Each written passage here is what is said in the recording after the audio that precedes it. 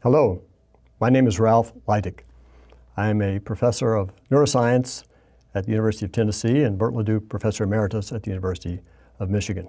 I'd like to welcome you to the MOOC entitled Sleep, Neurobiology, Medicine, and Society. The purpose of this segment is to give you an overview of this class, what the material will cover in this first version of Sleep, Neurobiology, Medicine, and Society. I'd like to begin by thanking the number of faculty from 5 different universities who have contributed content and lectures to this class. These colleagues are all internationally known clinicians and sleep scientists who have worked with us over the past 15 years in developing the actual class at the University of Michigan. The point of this slide from Peretz-Levy's book entitled The Enchanted World of Sleep is to illustrate that the universality of sleep. Sleep applies to all cultures, all people, at all times. And that's seen more dramatically in this NASA image of the world during the night. And you can see light in the developed parts of the world, darkness in the less developed parts of the world. And it makes the point that for all 7 billion people on this planet, our ability to perform on a given day is primarily influenced by the quality of our sleep in the previous night. And we'll see as we go through that this quality is also reflected in our autonomic physiology and how our brain functions as a result of whether we have quality sleep or poor quality sleep. We begin by focusing on the neurobiology of sleep. Sleep, as Bill Dement has said, is of the brain, by the brain, and for the brain. Dr. Helen Bagdoyan, professor at the University of Tennessee, is a neuropharmacologist who has studied the neurochemistry of sleep and wakefulness. And the learning points in her talk are to focus first on a historical overview of how we understand sleep and how the brain regulates sleep, beginning with the brainstem and its ability to alter these higher cortical areas, the brainstem, forebrain, and cortical interaction. The brain, of course, is an electrochemical organ. It works and functions by chemical transmission between neurons. And, of course, that's how we treat sleep disorders, largely by drugs. And Dr. Bagdoyan then describes molecules that regulate various states, focusing first on those that regulate wakefulness and REM sleep, because the brain is as excited during rapid eye movement or REM sleep as it is during wakefulness. And those neurotransmitters include monoamines, acetylcholine, GABA aminobutyric acid, or GABA for short, and orexin, also known as hypocretin. During non-REM sleep, or the non-rapid eye movement phase of sleep, we see a predominant role for GABA and adenosine. And Dr. Bagdoyan will describe each of these in relation to the sleep states, and she concludes her lecture by looking at the clinical relevance of these drugs. There is great excitement in neuroscience for understanding better how genes alter behavior. And Dr. Chiara Chiarelli of the University of Wisconsin will present a lecture on sleep and wakefulness as altered by molecular biology and gene function, and also the ability of behavior to alter gene expression. So the causal area, if you will, points in both directions. We see genes altering sleep behavior, and we see behavior altering gene expression. She emphasizes the genetic modulation of features such as synaptic plasticity, energy metabolism, and the cellular stress response. And she ends her lecture on genetic basis of sleep by focusing on genes that alter human sleep phenotypes and particular disorders. Now, we say in science that we understand a phenomenon when we can write a mathematical equation describing that phenomenon. That's true in engineering, it's true in biology, and it's true in medicine. And Dr. Victoria Booth will present a lecture on math modeling of sleep-wake cycles. Dr. Booth is at the University of Michigan in the Department of Mathematics.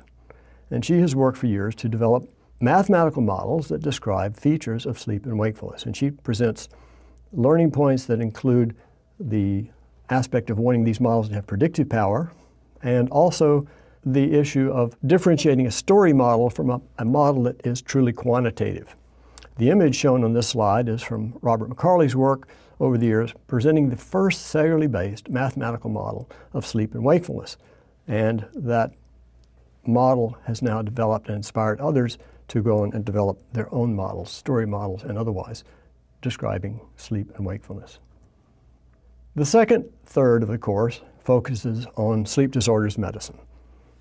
One of the things when a person approaches any new material is to try to find the context. Where did this come from? Why don't people know this? How long have they not known this? The humans have existed on this planet, things we would recognize as human, for about 30,000 years. People have been sleeping for a long time. As recently as the 1970s, the first sleep disorder center was founded at Stanford University. And this slide emphasizes that we had a textbook on sleep, a comprehensive textbook on sleep, only as recently as 1989. The National Institute of Health, whose mandate is to protect and promote health in this country of the United States, developed a National Center for Sleep Disorders Research in 1993. The AMA, or the American Medical Association, as recently as 1996, recognized sleep medicine as an independent specialty. Gil Ohlman described sleep disorders medicine as one of the most vibrant new aspects of medicine. In 2001 is when we actually began teaching this class at the University of Michigan. So this was the first comprehensive class at the University of Michigan, began as recently as 2001. And to date, we have about 2,000 sleep centers that are accredited by the American Academy of Sleep Medicine. And these people treat sleep disorders, which we'll hear about shortly. And again, in terms of historical context, as recently as 2013, you can see that the 60th anniversary of the discovery of rapid eye movement sleep was observed. So we've been sleeping for a long time, but the study of sleep has been largely phenomenological and not mechanistic until very recently. Dr. Ron Chervin provides an overview of sleep disorders medicine. Dr. Chervin directs the Sleep Disorders Medicine Clinic at the University of Michigan, and his talk emphasizes the following learning points: both the prevalence of disorders of sleep, the broad personal and health impact. So by that he means the quality of life and of course the things that actually change our physical health. The development over the years of a classification scheme for these disorders. How do we understand them and their relationships to one another? And he begins to conclude his lecture by looking at the clinical approaches, how they differ for different types of sleep disorders, and the polysomnographic or EEG recordings, EMG recordings used to objectively identify these states, and how that relates to the classification of sleep disorders. With that overview then, we turn to a very common sleep disorder, obstructive sleep apnea, as presented by Dr. Helena Schoetlen from the University of Michigan. The learning points in Dr. Schoetlen's lecture emphasize the relationship between the brain, shown here on the right, the heart, and the lung. And this brain, heart, lung axis, many people do not think of as connected, but she makes the point that they're very intimately connected, and it's why, one of the reasons, obstructive sleep apnea is a profound health challenge. She goes through this in wonderful detail, describing the clinical features of obstructive sleep apnea, the risk factors, the pathogenesis, and how specifically this disordered breathing, the closing of the airway repeatedly throughout the night, and the inability to move air, how this alters cardiovascular health. Then she points out treatment and concludes with a systematic review of studies looking at the efficacy of treatment for sleep disordered breathing and cardiovascular health. Sleep has long been associated with neuropsychiatric disorders. Dr. Eric Nofsinger, a psychiatrist from the University of Pittsburgh, presents an overview with the learning points focusing on sleep disruption as a risk factor for the development of psychiatric disorders. We know if a person has a sleep problem that is not attended to, they are at increased risk for developing various types of psychiatric disorders. He then describes the subjective and objective measures of sleep and how they're disturbed differently as a function of different psychiatric disorders. And finally, he concludes by looking at the significant overlap between brain systems, neurons that control sleep, and the neurobiology of psychiatric disorders. This also emphasizes the point, going back to the earlier section of the course on sleep neurobiology that for every disease for which we've made progress, it's a disease for which there is an excellent animal model, which permits mechanistic studies, and indeed all placental terrestrial mammals exhibit REM and non-REM sleep, as do humans. The next lecture focuses on insomnia. As I said, the most common cause or most commonly presentable sleep disorder. And Dr. Chris Drake of Henry Ford Hospital presents this lecture on causes and consequences of insomnia. Dr. Drake emphasizes the clinical presentation and the nocturnal, diurnal aspects of insomnia, and then describes the theoretical model underlying the treatment modalities for treating different kinds of insomnia, and the basic tenets underlying the behavioral treatment of insomnia. He concludes his lecture focusing on pharmacological treatment of insomnia, which leads very nicely into the next lecture, which is provided by Dr. Todd Arnett from the University of Michigan. Dr. Arnett's lecture focuses on drug and non-drug options for the treatment of insomnia. And he makes the point that non-drug options, something called CBTI, cognitive behavioral therapy for insomnia, can be as efficacious as drug treatment. He points out that drug treatment works more rapidly, but the non-drug treatments, data suggests, have better long-term outcome. He concludes his lecture by looking at the opportunities for research on non-drug treatment for insomnia. The reason one has interest in this topic is because every drug that has an effect also has a dose-dependent unwanted side effect. This is less problematic and does not exist for non-drug treatment. So this is one of the factors motivating research in behavioral treatment of insomnia. The next section, sleep and anesthesia, will be presented by Dr. George Mashur, who is at the University of Michigan. Anesthesiologists typically tell their patients they're going to be put to sleep, but they also understand that the state created by anesthesia is not exactly the same as sleep. One of the very interesting questions in this field are what are the similarities and differences between the states of sleep and anesthesia, and how can understanding these similarities and differences help us understand the mechanisms generating sleep and generating anesthesia. I should add that for no anesthetic is it known how the drug makes us unconscious and insensible to pain. And if we knew that, we could develop safer, better drugs with fewer side effects. Dr. Mashur makes this very clear in his lectures, and he talks specifically about the similarities and differences in these states, the phenotypes of sleep and the phenotypes of anesthesia. That means what are the characteristic signs? What evidence is there that they have similar underlying neurobiology or different underlying neurobiology? And he asks the important question, can states of anesthesia satisfy some of the functions of sleep? The class concludes with a brief look at society and sleep's impact on society. And this would be a good point perhaps to say there are many aspects of this class that we have not covered during this first version of this MOOC. And I apologize to colleagues and people who are interested in particular areas which are not in this first version. We hope to add them as the class goes on.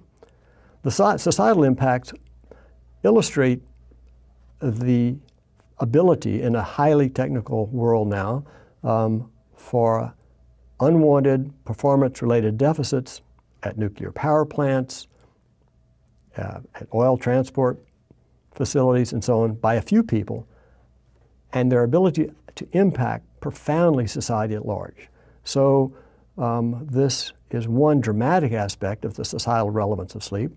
The other, of course, are the things that happen every day. What time do we have to wake children who are being bused to school?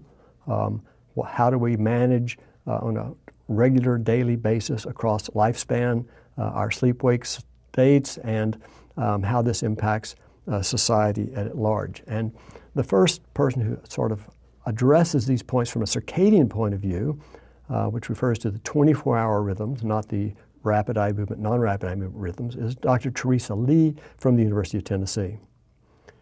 The learning points in her lecture are the health impact of sleep, and she talks about the circadian rhythm regulation by the suprachiasmatic nucleus and the hypothalamus, and how light input to this area of the brain directs and regulates non-visually guided behavior. That is, behavior that has to do with the timing of when we feel sleepy, when we feel awake, and so on. These are sometimes referred to as the circadian aspects of sleep. So sleep exists in two rhythms, both as an ultradian, a non-REM rhythm, which happens about every 90 minutes, and there is a circadian or 24-hour aspect of this rhythm as well. Many of us have had experience with, if you've ever experienced jet lag, you know it is a profound effect on your behavior, ability to be alert, and how you feel emotionally and affectively. Dr. Lee also talks about lifespan developmental changes in sleep. We know that young people and senior people sleep differently. Some of this is normal, some of it is not. And we know that we have some behavioral control over our ability to sleep and feel rested, and this is referred to as sleep hygiene, and she describes that at the end of her lecture. The class concludes with a lecture by Dr. Thomas Roth of Henry Ford Hospital. Dr. Roth focuses on daytime sleepiness and sleep need. The learning points in this slide are showing his emphasis on sleepiness as it's common in the general population, and sleep-related car accidents as a significant public health concern, as emphasized by this dramatic slide, and that sleepiness is regulated by multiple factors. These include things like the duration and quality of nocturnal sleep on the previous night, circadian rhythms that we just talked about, central nervous system acting drugs, and of course that includes the most commonly taken drug for altering sleep and wakefulness, and that is caffeine-containing products, and finally, central nervous system pathology. I hope this overview has given you some feeling for what the class will cover. For those of you who do sign up for the class, I think the first hurdle will be to get past the neurobiology section if you don't have a background in neuroscience. But let me point out that that will be worth it, because sleep turns out to be a wonderful vehicle for teaching neuroscience, both in terms of brain anatomy, cellular function, neurotransmitters, neuronal excitability, and so on. We look forward to having you join the class and look forward to your feedback on sleep, neurobiology, medicine, and society. Thank you very much.